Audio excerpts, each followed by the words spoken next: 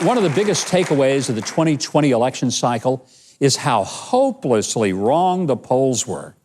Democrats were expected to pick up a huge number of seats in the House, but instead, they've lost 9 seats. And of the numerous freshman congressmen heading to D.C., 17 of them are conservative pro-life women.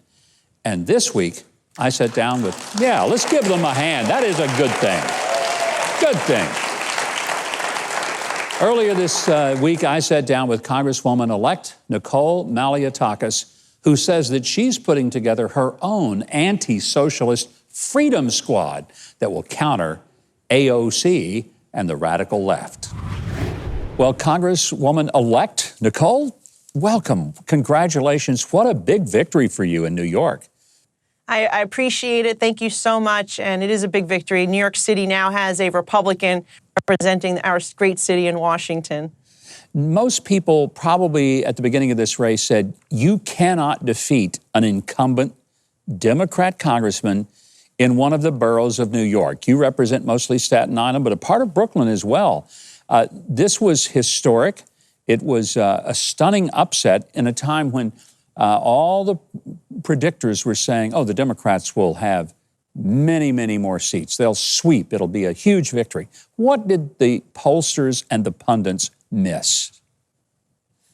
Well, they didn't know this district and that the people in this community love our law enforcement officers. They want law and order. Public safety is a big issue in New York City. As you know, reading the papers, crime has soared in our city, unfortunately, under one-party Democratic rule. The city has just gone way too far to the left under people like Mayor de Blasio and Alexandria Ocasio-Cortez. The mayor cut $1 billion from the NYPD budget. Bail laws passed at the state level have turned out to be a disaster. Shootings, murders, burglaries, car thefts all have gone up. And our community is experiencing a deterioration in a quality of life that we haven't had before.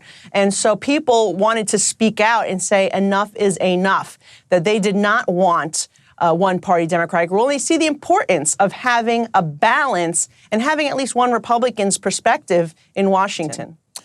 I'm sure you got a congratulatory call from Mayor de Blasio and probably from your soon-to-be colleague, Alexandria Ocasio-Cortez. When did they call?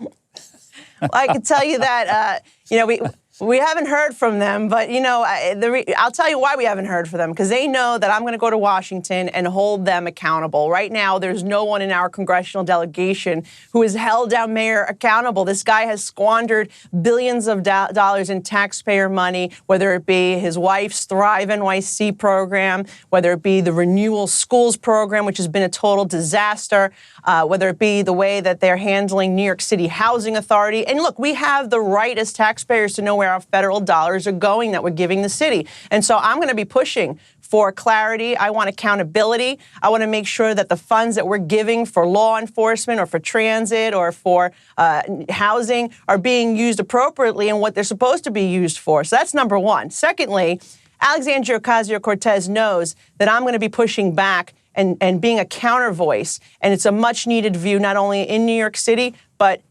across America. And I don't know if your viewers know, but look, the socialist agenda is picking up support in New York City in certain corners. 6 additional members of the state legislature from the Socialist Party will be going to Albany in January, and they're putting up a slate of candidates against the New York City Council. So it's spreading, and we need to stop it, and the way we do that is in her backyard. Nicole, it seems like there's so many people leaving New York. I mean, there's a mass exodus of folks who are getting out, especially higher income people, business owners. Businesses no longer want to domicile in New York because of this socialist attitude. Do the leaders there not see the connection between their far left policies and the exit of jobs and money from New York?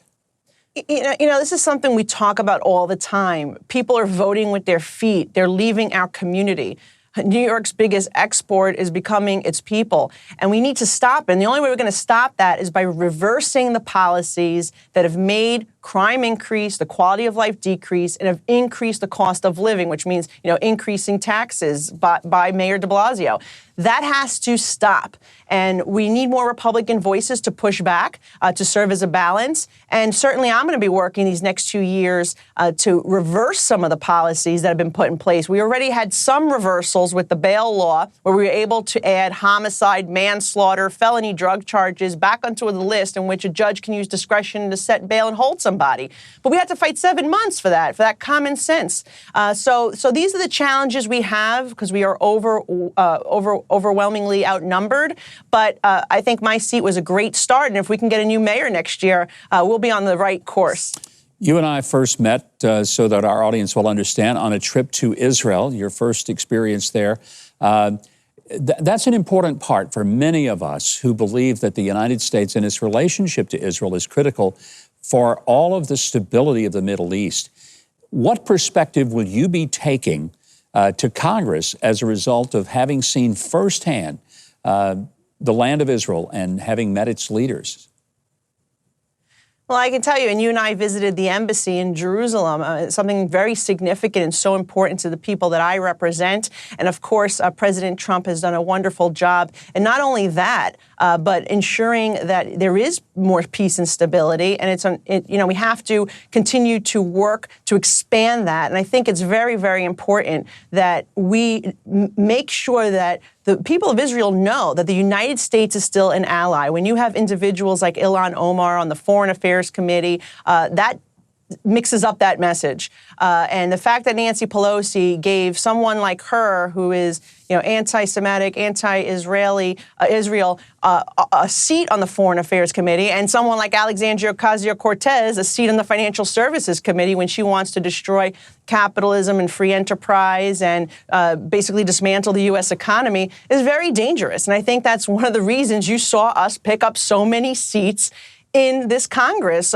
which now the number keeps growing, but last I checked, it was 17 women in the Republican Party coming to Congress, which is amazing. It is amazing. It's historic, and nobody saw that coming except, I think, people like you who went out there and talked to the people. 30 seconds left. Just a real quick response of, personally, when you walk up to the Capitol, you look up there and you say, I'm going to Congress. What do you think? Yeah. Look, I'm the immigrant of a Greek immigrant, and my mother's a Cuban refugee. In one generation, their daughter's going to be a United States Congresswoman. That is what makes this country so truly special. I want to fight to preserve our freedoms, our liberties, stop socialism, and that's what I'm here to do, and make sure we deliver for our community and also make sure we protect our great nation. You are everything that America stands for. Nicole, thank you. Congratulations. Good luck, and God bless. I appreciate it. Thank you. Special thanks to newly elected Congresswoman Nicole Malliotakis. And be sure to follow her on social media. First, you got to learn how to spell her name. That's a challenge. That's why we put it on the screen for you. Also, learn more about the Congresswoman at her website, NicoleMalliotakis.com.